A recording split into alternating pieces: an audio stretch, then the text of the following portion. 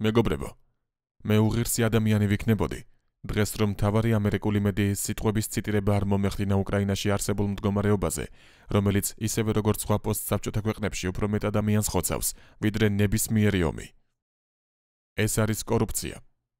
სწორედ ის ტოვებს მოხუცებსა და ბავშვებს მარტივ დაავადებათა შედეგად სიკვდილის პირას, ხდის ქვეყანას დაუცველად აგრესორის თავდასხმის წინაშე. ეს არის კორუფცია, რომელიც ჭამს ეროვნულ სიამაყეს. მას შეუძლია გაანადგუროს ნებისმიერი სახელმწიფო.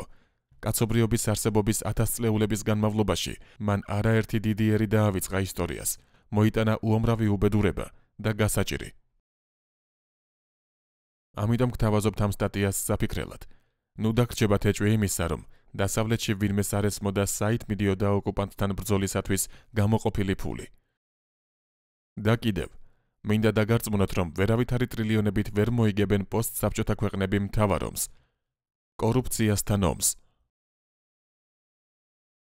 რომელიც მათ მოქალაქეებს მონებად აქცევს.